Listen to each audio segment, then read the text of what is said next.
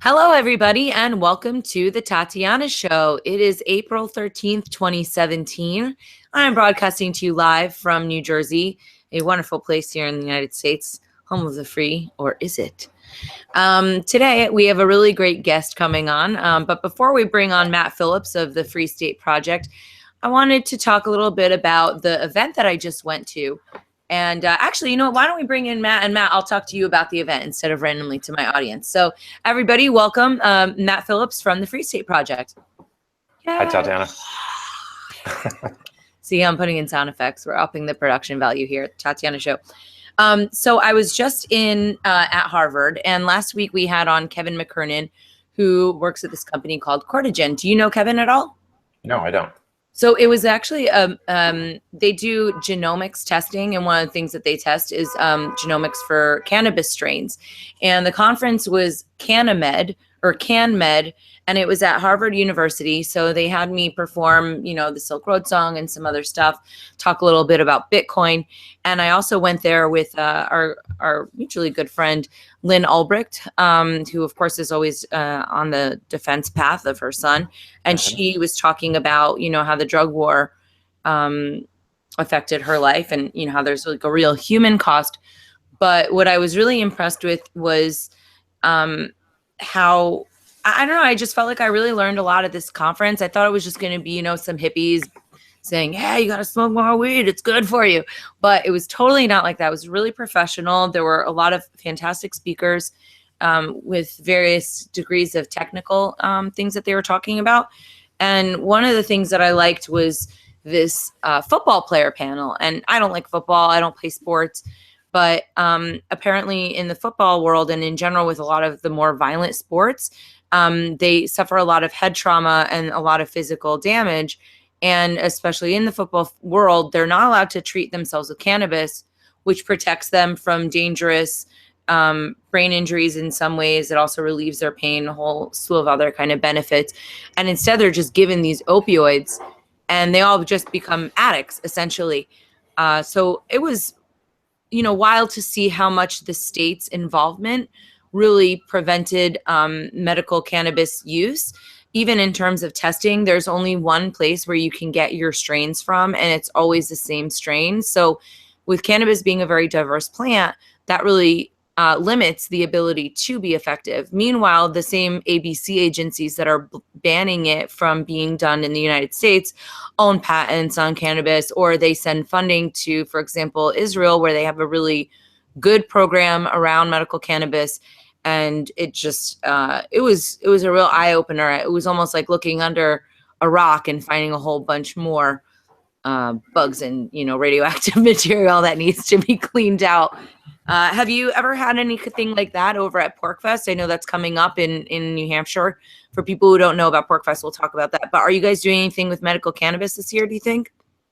I don't know off the top of my head if we have anything specifically scheduled, although we do have quite a few medical cannabis activists that are active in New Hampshire.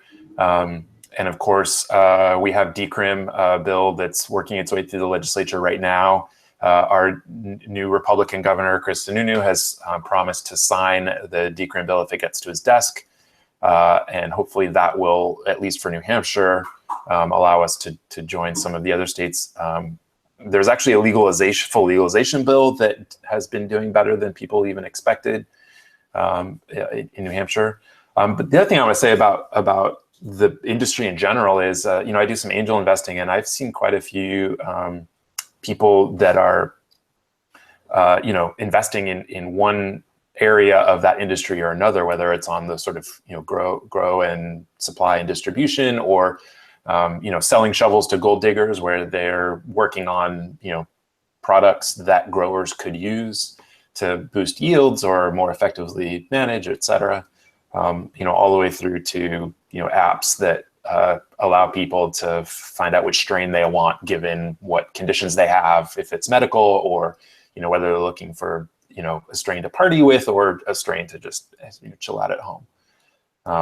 And I think that that whole industry is really an exciting innovative, sector of the economy right now. And it'd be really interesting to see what happens in the next, 5-10 years with that, especially if we can get the feds to continue, backing off from where they're at. Yeah, I'm not really sure if that's going to happen. Jeff Sessions supposedly is an anti-drug guy, but Yeah. the thing with Jeff Sessions, he did say was, look, if you don't want me to enforce the laws, then change the laws. And I think that's, he's doing his job, right? So Right. I don't know. I guess it depends on how much steam we can pick up. I have been searching not frantically, but I've been searching pretty earnestly online for the talk that Snoop Dogg gave at South by Southwest, which was about criminal justice reform. And I'm assuming, about the drug war and the prison industrial complex and things like that. So it was cool to hear artists speaking out about it. And obviously I have quite a lot of activism with my new album that just came out a couple weeks ago. I'm looking to raise awareness about Ross Ulbricht and the way that we're doing that is not only through the Silk Road song, but also because he drew my album cover. It was originally just a birthday present for me of a Judd Weiss picture.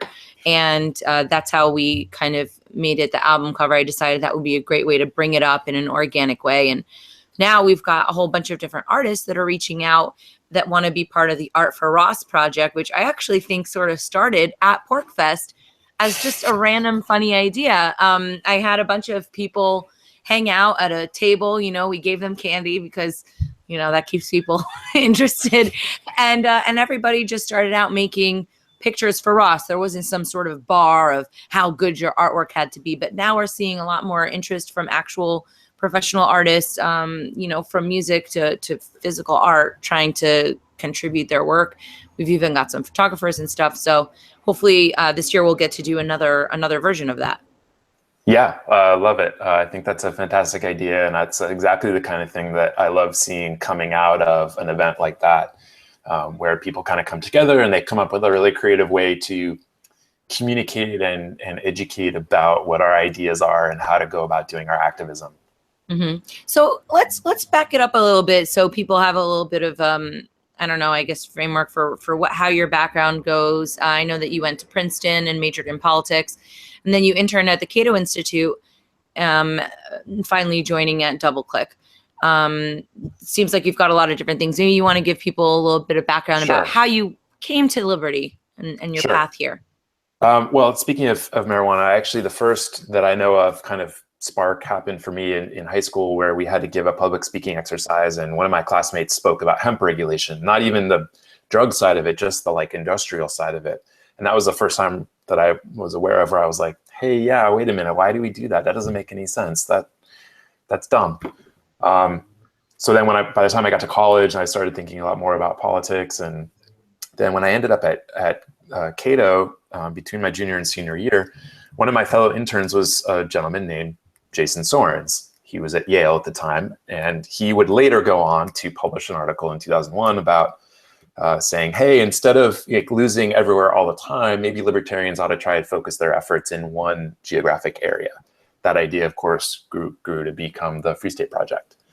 At the time that the Free State Project, and I was a signer from back then, but in 2003 when we chose New Hampshire, I was just starting another company in New York City called Right Media to also do internet advertising. So I was like, okay, I can't deal with that right now. That went on to be fairly successful, and then I left New York City in 2007, traveled around a lot. Took some fun, interesting classes, learned how to shoot, which I didn't grow up around guns. Of course, that's an important part of our libertarian heritage, is to be able to not just have a gun, but to be able to responsibly carry it and use it if the need arises. And then in early 2013, I found myself at Liberty Forum, which is the Free State Project's annual winter event. I found myself there in early 2013, not really knowing what to expect, and found it to be quite a few people, a lot of energy, a lot of buzz and excitement and momentum. And I realized that I had to, at some point, sooner or later, fulfill my pledge to move to New Hampshire. So by September of 2013, I'd moved to New Hampshire. And are you cold all the time? No, well, what's funny is I grew up in Phoenix, so everybody was like, I can't move, it's too cold. I'm like, look, you wear long underwear, you get into your car, which is in your insulated garage, you turn on your seat heaters, you drive wherever you're going. It's really not that big of a deal. It's like, we have clothes, like, it's... And then in the spring and the summer and the fall, it's really quite beautiful and pleasant. Although I will note that yesterday or the day before, it was 87 degrees in New Hampshire. So, I don't know, maybe with global warming, it will end up being a very temperate place. I don't know. We'll see about that one. Yeah, I was in Boston and it was pretty warm. I was shocked to see how hot it actually got. Yeah. Cool. So, what are your plans now that you're the president of the Free State Project? Do you think that you're kind of taking things in a different direction? What has the progress been with the initiative? So I joined the board of the Free State Project about a year after I moved, and Carla Garrick was the president for several years, I think 5 or 6 years, and she sort of wanted to get the FSP to cross the finish line for the first phase, which was to get 20,000 signers, people who pledged to move within 5 years. And she did that, and I kind of stepped up and said, hey, if you're really wanting to roll off of that, I'd be happy to step up and help us get through phase 2, which is, to get all those people to actually move. And that was just over a year ago that we did that. So we're now at the stage where we've got close to 2,100 people who've moved already. We actually have more than that. We've got 2,700 people who already lived in New Hampshire, who signed the same, statement of intent to help work towards the creation of a society in which the maximum role of government is the protection of individuals' rights to life, liberty, and property. So we're working on that. We're going now in contact, reaching out to all of the remaining 18,000 people who've signed up. It's actually, people continue to sign up, of course, and letting them know that the move is on, and what do they need in order to make that happen. And we're instituting some, increased programs to help people who are moving to figure out what they're going to do when they get here, get a job, pick a place to live. There's no specific town or area in New Hampshire. It's kind of anywhere in New Hampshire that you want to move. Connect them to different kinds of activism based on what their interests or skills are. And knew that this will be announced at Porcfest, but we're going to be doing some leadership training for people who want to raise their activism to another level. So that's a bunch of things that we're doing to support the people that are moving. Of course, on the job front, it's really nice because New Hampshire is the lowest unemployment rate in the country right now. So if you have kind of any skill at all doing anything, it shouldn't be that hard for you to find a job. We've got some 3,000 open tech jobs right now. So all you techies that are sitting out there wondering if you should move or not, please move. There's plenty of companies that are hiring for that. But yeah, that's phase 2, is to close out the 20,000 actual movers, and then I don't know, we'll see what happens after that. So, do you think that the Free State Project has been the most successful of these kinds of things in the United States? And were there other regions that took up this this approach before you guys and after? How has that progressed? And do you guys sort of share tips? Is there stuff that works in New Hampshire that other people can adopt if they think that kind of idea is good, but for example, they don't want to be in New Hampshire, maybe they want to be somewhere in the South or something? So, I mean, the whole point of the Free State Project isn't just to save New Hampshire. It's to save the whole world. So we're hoping to, run the experiment of what happens if we put these ideals into actual practice. How do they work? Hopefully they do what we all think they're going to do, which is to work really well and, really increase, prosperity and peace in New Hampshire.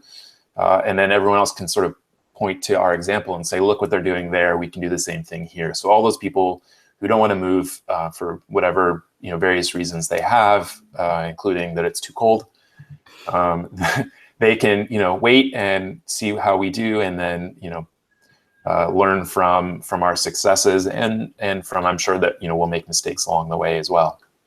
Oh, go ahead.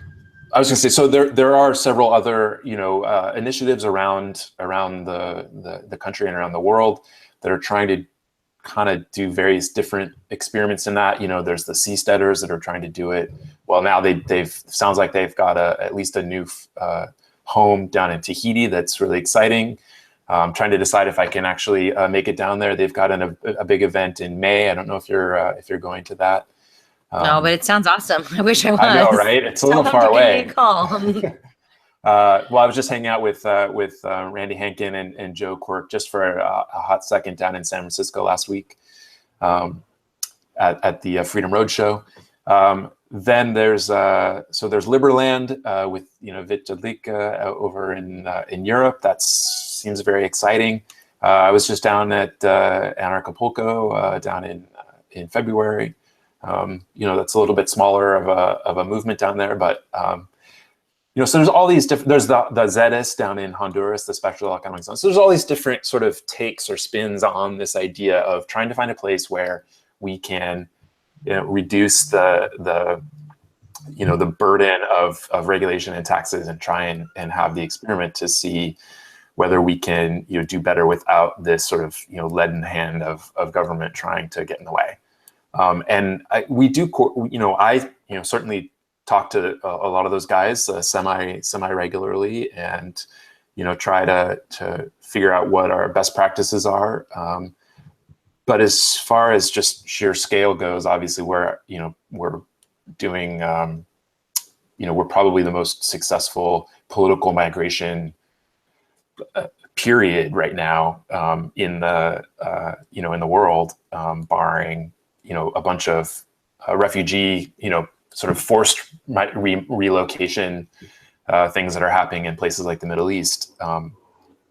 So I'm really excited about our prospects. I know that we have a long way to go, but I also know that we've already had quite a few minor victories, and those are starting to pick up pace. And well before the 20,000 movers, I suspect that we will have we'll hit a tipping point, both in terms of our the rate at which people are realizing that they need to come home to New Hampshire, and also the rate at which we are seeing victories both in system and out of system.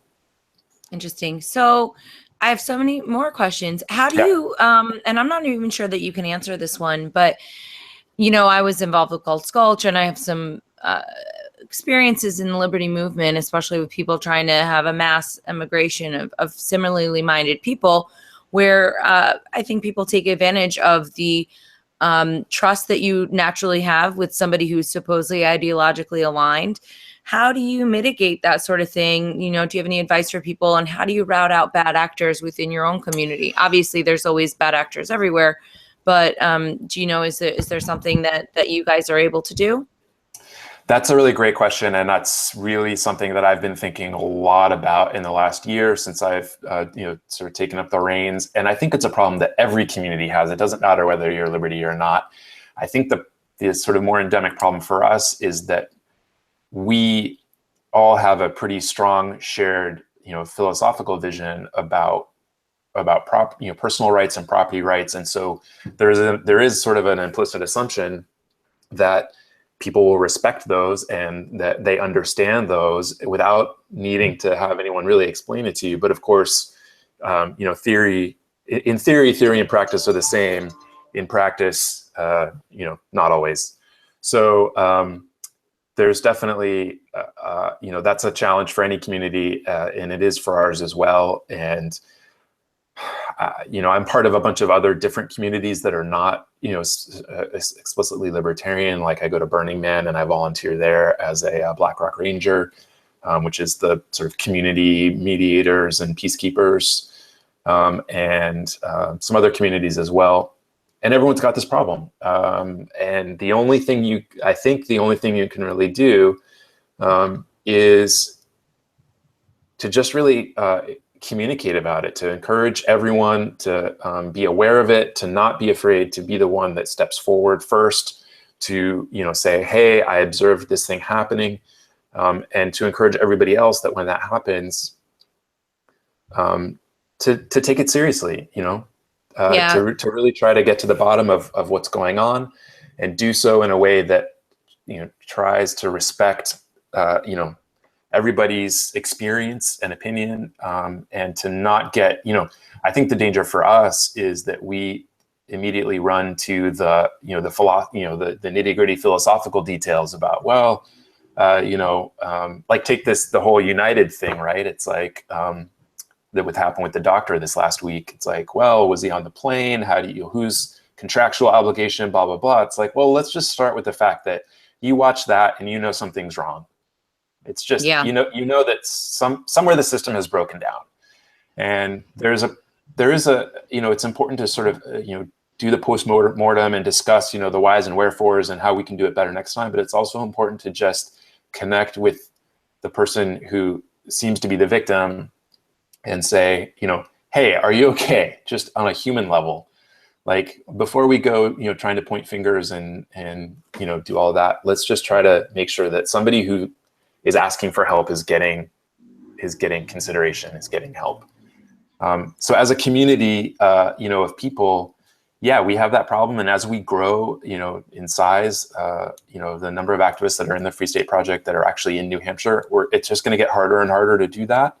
But that's something that I personally am trying to do a better job of, is say, hey, let's try to remember that we're all humans and we're all flawed and we all make mistakes. And that doesn't mean that we should just roll over and turn the other cheek necessarily, but it means that we have to have some compassion.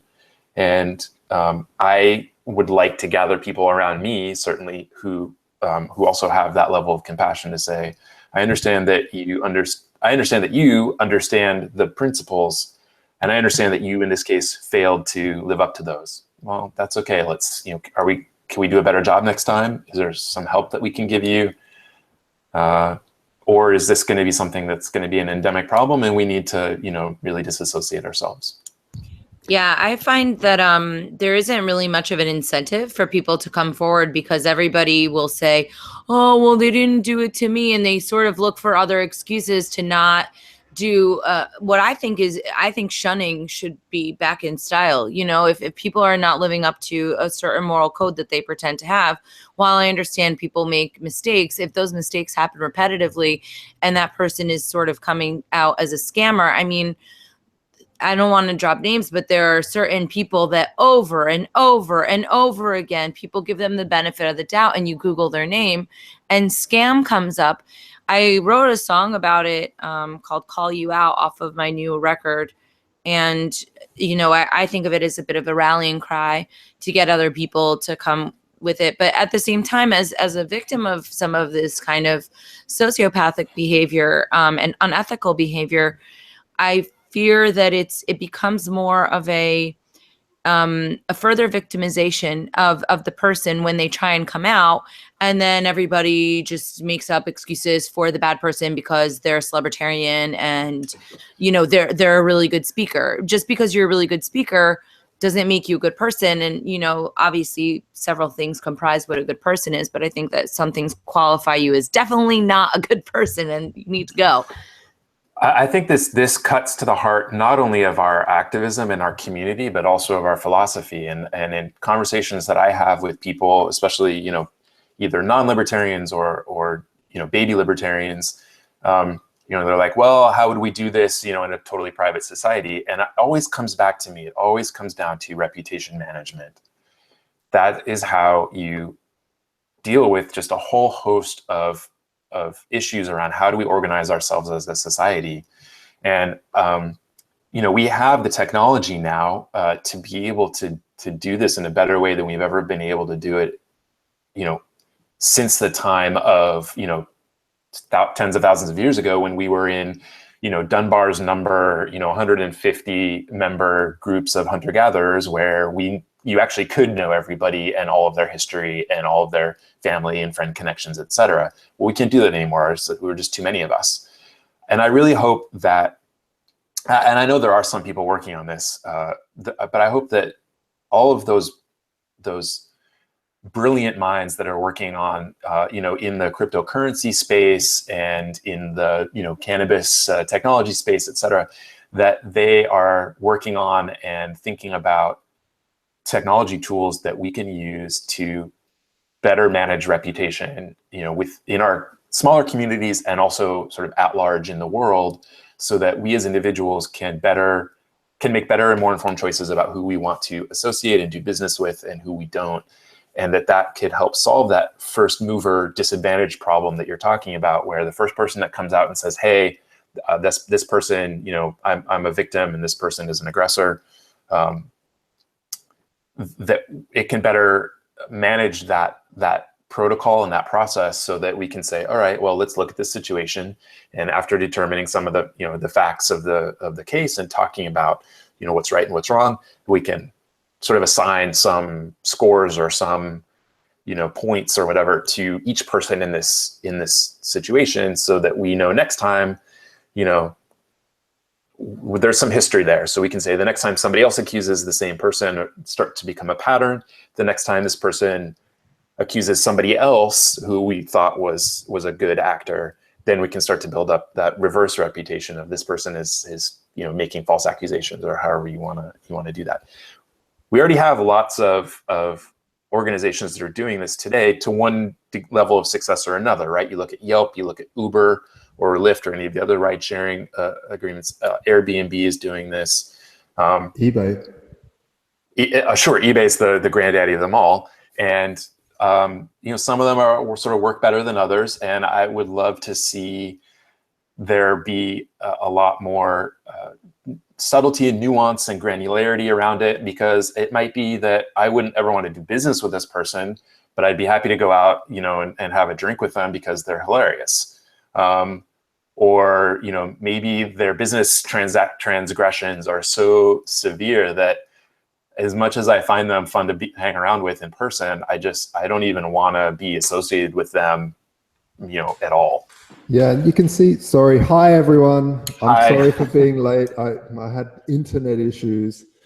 But I think it's in a free society, it's the most important thing is reputation. But there's also this philosophical concept of the right to be forgotten, which is also it delves into something else. But I think for markets and in true freedom, you need reputation. And if you can see really great examples of that, especially what the Silk Road pioneered is in markets that are traditionally very dangerous, like the drug trade.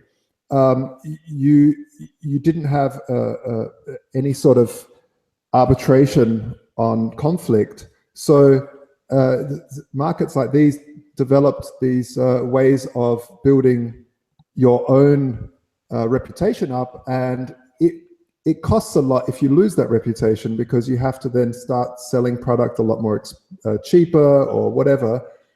And it's such a massive important part of a true free society is reputation. There's a friend of mine's actually working on a really interesting venture, and I don't want to go too much into it, but there's even, I think, more sophisticated things that you can do with reputation. So imagine an example where you are widely considered to be a thought leader, and you're very popular, and a lot of people follow you, and they want to hear what you have to say. But you want to say something that's a little controversial, and maybe isn't totally ready for prime time yet. Maybe you're not even sure if that's really you're not really sure what you believe about it, but you want to start to wade into a certain issue.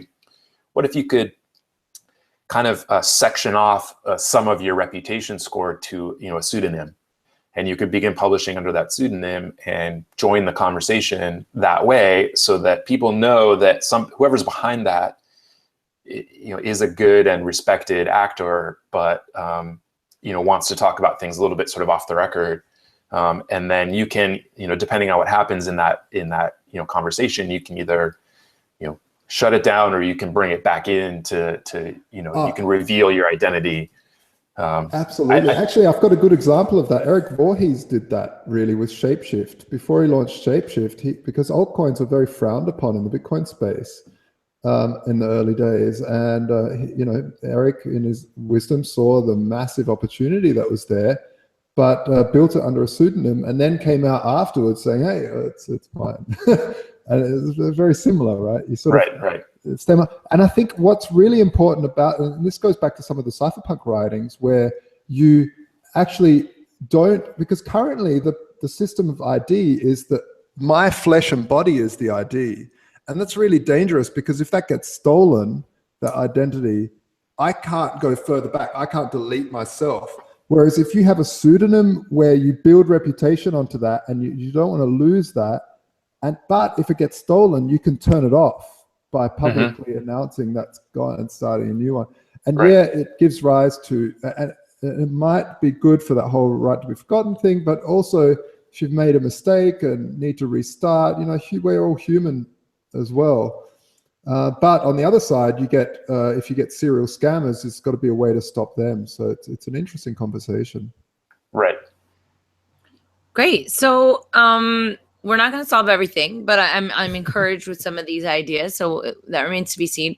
Why don't we jump forward to Porcfest and tell us a little bit about what's going on with Porcfest this year? Sure. So the Porcupine Freedom Festival, affectionately known as Porcfest, PORC, we also Some have people lots. think it's dirty.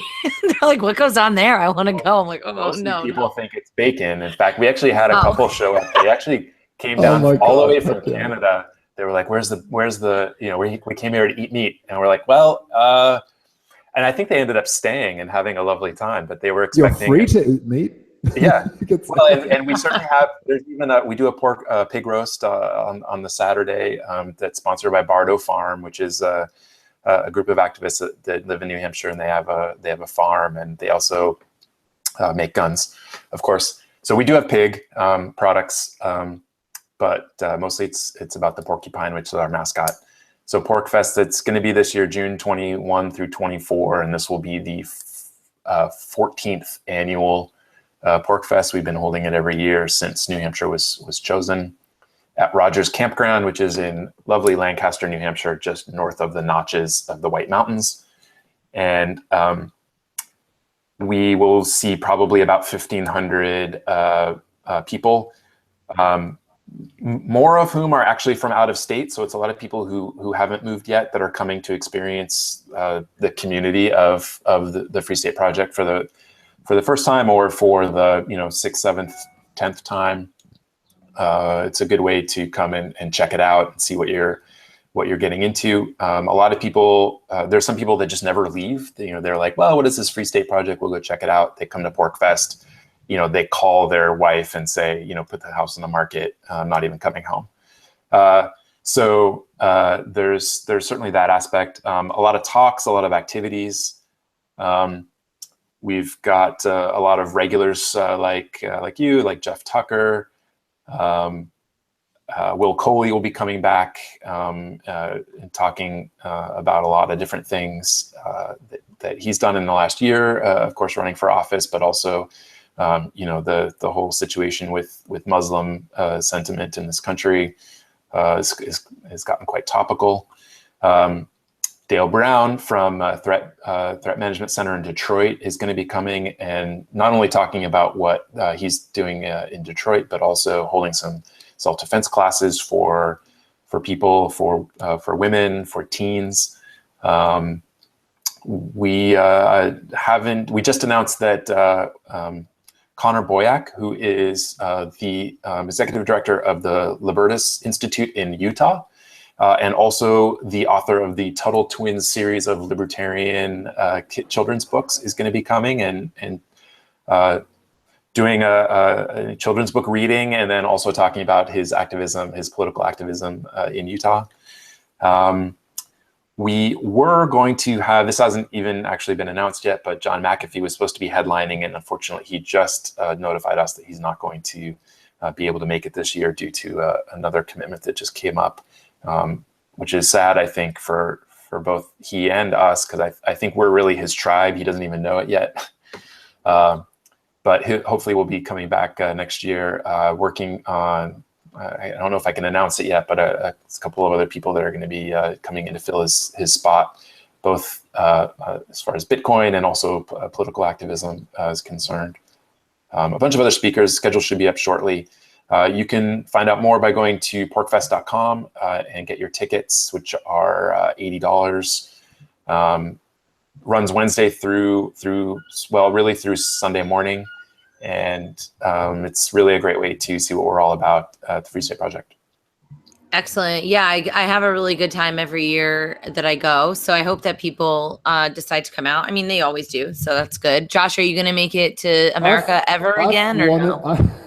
I've wanted to come to Porcfest for 10 years. Like I was in Sydney before I knew any of you guys, even before Bitcoin. Yeah. But yeah, I'm not sure about this year. This, with Voltoro, it's just mad at the moment, in the middle of raising, so I can't really think ahead of next week.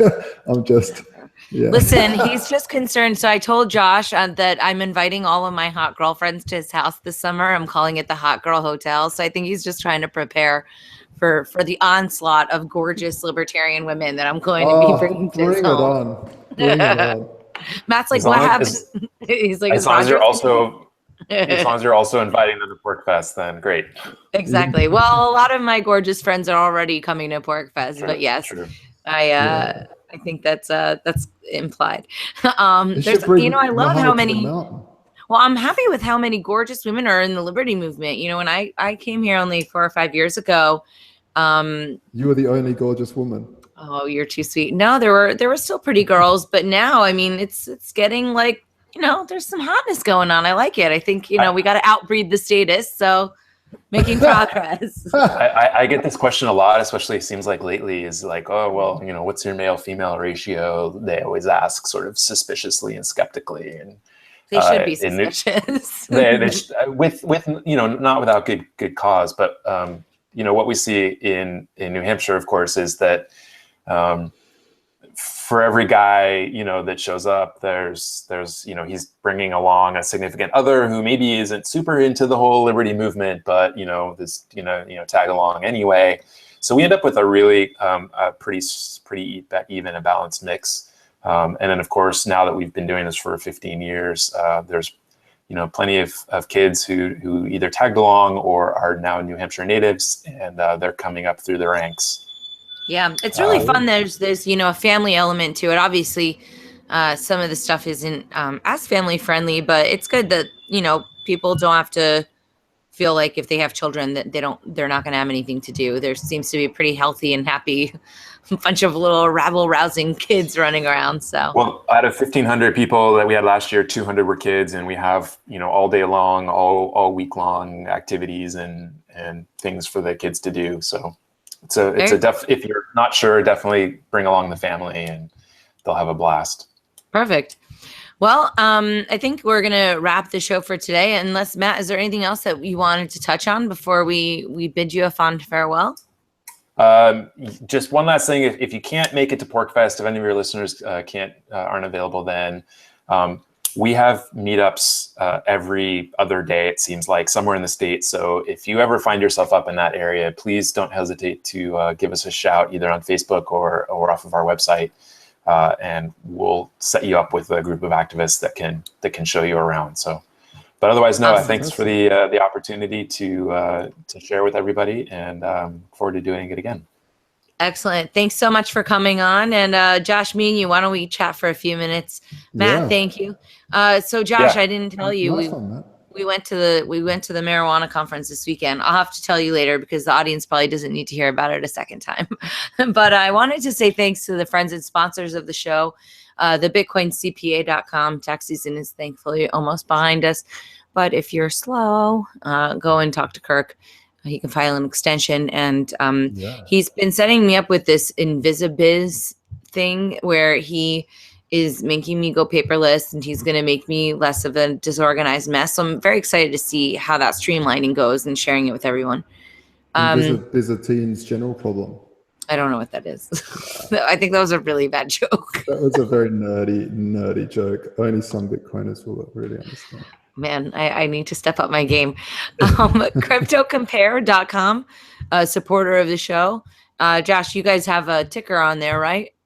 Yeah. It's a great service. You can check. They use our API, the Voltoro.com API, to compare all the prices to gold. And if you want to trade gold and crypto, come to Voltoro.com. Awesome. And we've got, some other friends of the show. I'll just run down the list. freeross.org. Obviously, if people want to get anything on Amazon, they've got a little Amazon link there, and you can automatically donate if you're poor. thirdkey.solutions. Pamela Morgan is a great friend to the show and to me. Great work over there. Sovereign Tech and Sex and Science Hour, 2 awesome podcasts that I support. And also NetKey is a great friend to the show. Don Newton has taken a little bit of almost like a mentorship with me. And I really wanted to give props to her company because I think they're great. And we should have show my appreciation. And Pamela, we need both of them on. We haven't had them. Richard, who's helping us with the show today. Richard, if you could reach out to Dawn at netkey.com, and then Pamela Morgan, you should have her information. We should have them on the show soon. And if you people can go to cryptomediahub.com if they need PR marketing. And of course, the most important thing that everyone should do right now is, come on, tell me if you can guess. Magic word. No, we're not doing magic word. God damn it. Buy your album, of course. Thank you. Finally, a little respect around here. Buy some Tatiana coin. I'm very excited to see how that project goes. It's so cool. Well, I went and I talked about it at Berkeley. And I went over to IDEO as well. And I think they're going to have me back at the schools.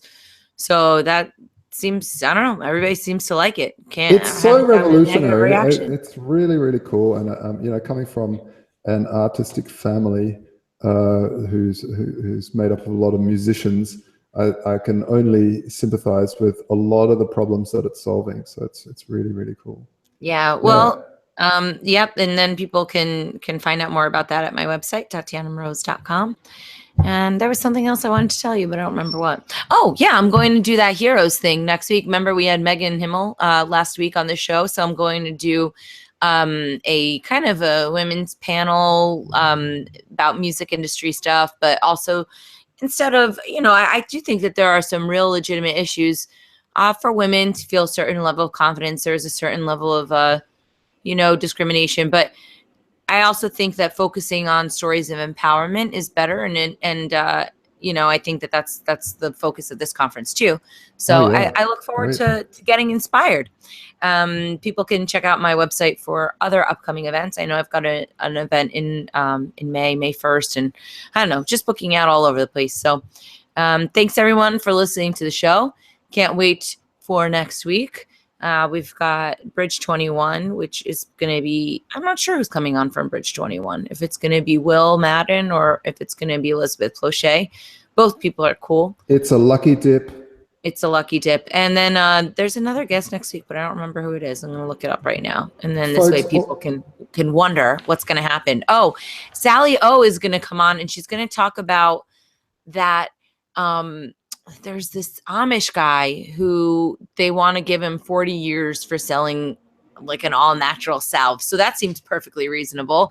Great job, government.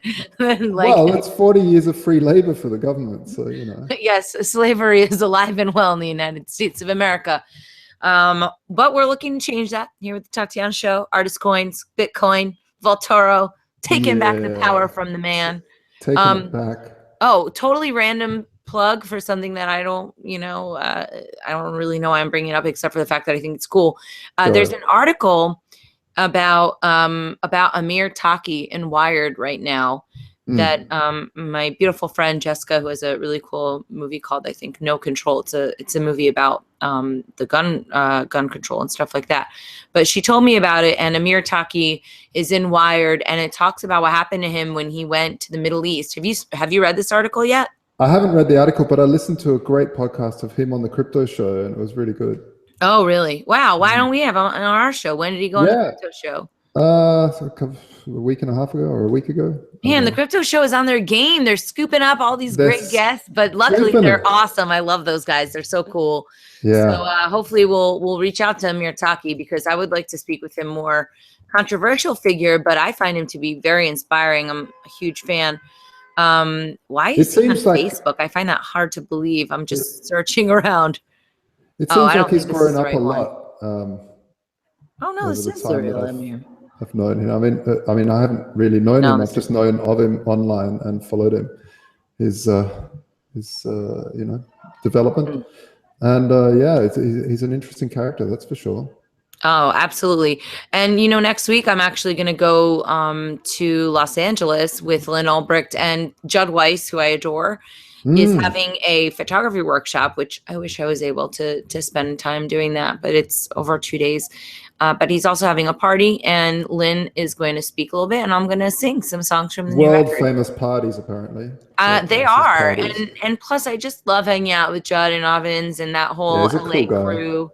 Yeah. We hung out together in Las Vegas. Yes, everybody loves hanging with Judd. And the benefit, aside from his charm, is getting gorgeous pictures of ourselves that make us look as cool as we truly are on the inside. So anyway, thanks everyone. Nice to see you, Joshua, my darling. Let's chat off of offline. And thanks to everyone for listening. You can tune in next week and get more of the latest news on how to save the world with Tatiana and Josh. Maybe and that subscribe should be and like. Oh yeah, subscribe and like. That's what we're supposed to be talking about. We're supposed to be encouraging this kind of behavior. Actually, I want to thank all our subscribers. Oh, see, there you go. All 7 of them? No, I'm just kidding. Yeah. There's not just there's a lot, thousands now.